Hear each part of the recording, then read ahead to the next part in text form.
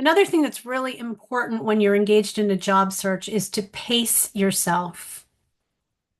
I'm Anne-Marie Segal. I've been an executive coach and resume writer for 10 years. Prior to that, I was an attorney for 15 years. This series, Making Your Comeback, is dedicated to the tens of thousands of federal workers and others who have recently lost their jobs in the US in 2020. Did it again, 2025. I talk about not being emotional, and I guess it came out for me there. Um, Pacing yourself. What does that mean?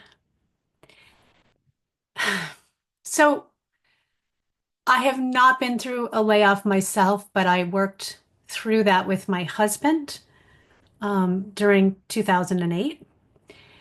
What I learned at that time is that everyone feels like somehow there's a stigma attached to them if they're laid off, even if they know they had nothing to do with it.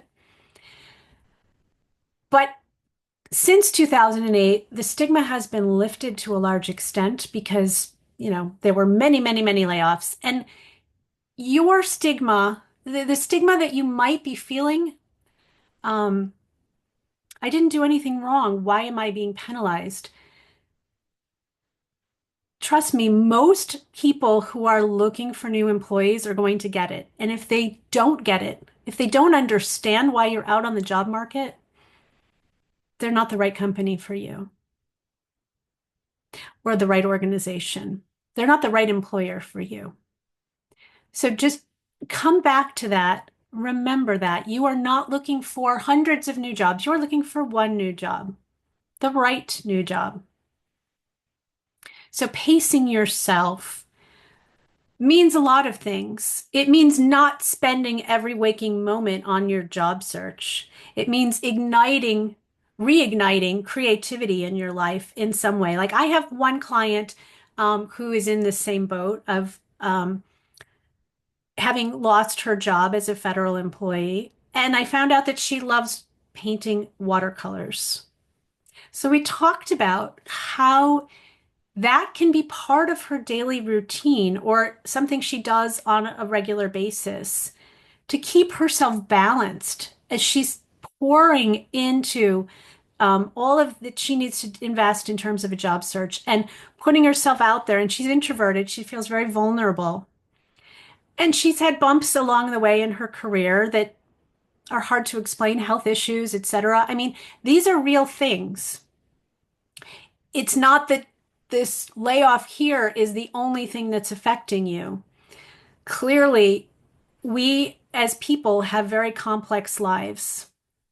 So, pacing yourself also means giving yourself a break, not judging yourself, not holding yourself up to some certain standard that I'm supposed to X. I mean, supposed to has to go out the window. All you're supposed to do is show up your best every day and do whatever self-care, that may or may not be a word you're used to, but taking care of yourself so that you can show up. So those are two different things. That's where the watercolor comes in for her and other things personal to her life. And her self-reflection about why is this so hard for her? Can she make it easier? That's the key, actually. We can ask ourselves over and over again why something is so hard for us. Why is a hard question in general. Why? Maybe you don't really focus on the why. You focus on how can I make this easier for myself? It's this icky thing I have to do. I have to go put myself out there and look for a new job. I was very happy in my old job, or even if I wasn't happy, this is not something I invited. Okay, but it's something that has come into your life. So maybe you pace yourself the same way I'm pacing out these videos. This is day 11. You might have watched all 10 videos all at once. That's okay. You can watch the whole series if you're coming to it at the end, all in one sitting. But then I might come back to each one each day if, in fact, you found value in them. Um, Not trying to get from zero to new job in a day, not trying to get there in a week. As I said at the beginning, there's a mourning period. You're trying to get through that, but you have to come to terms with this happened, and then you need to make a plan. And I haven't done a video yet about organization. I was kind of, where do I put it in here? That will be coming up soon, maybe the next one. How do you organize your plan in terms of your job search?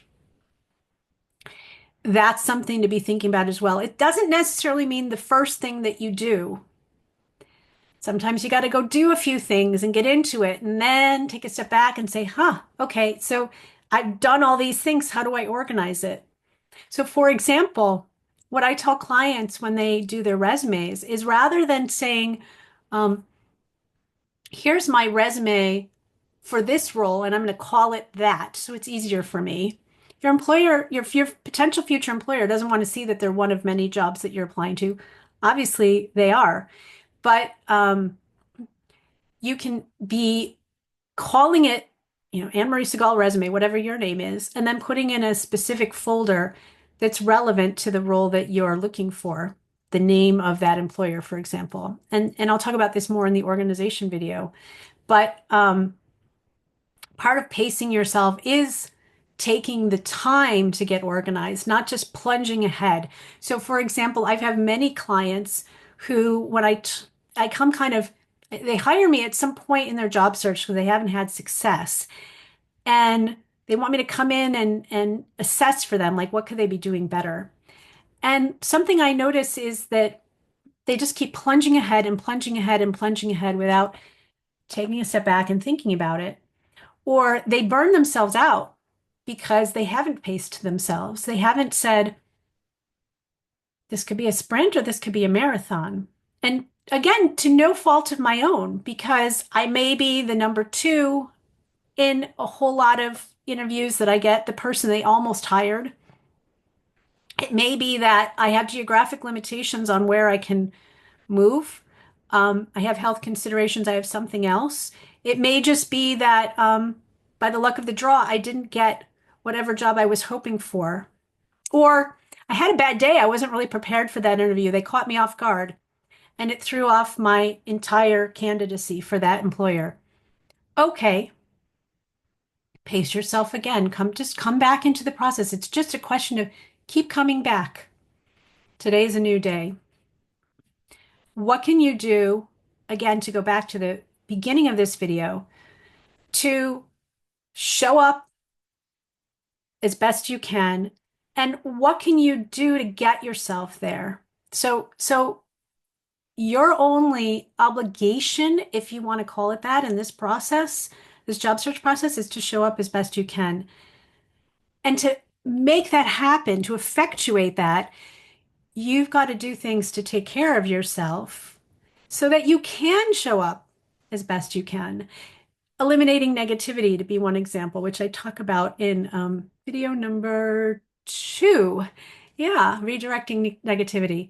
So I encourage you to, as I said, go back through all of these videos to the extent that they're helpful to you. Take notes. Really be thinking about how to pull back. Be thinking about how to pace yourself. Maybe, for example, you have multiple targets and you want to spend the first month really thinking about the target that's most likely to pay off, the type of role that you're most suited for or most likely to be hired for. And then from there, branch out to potential multiple other targets. And that might include reworking your resume, reworking your LinkedIn profile, going back out to your network, thinking more about more connections that you could make. But don't get ahead of yourself. You don't have to do it all in one day or one week. And remember, you are not your job, and you are not more valuable if you are currently employed. So remember your greatness and pace yourself.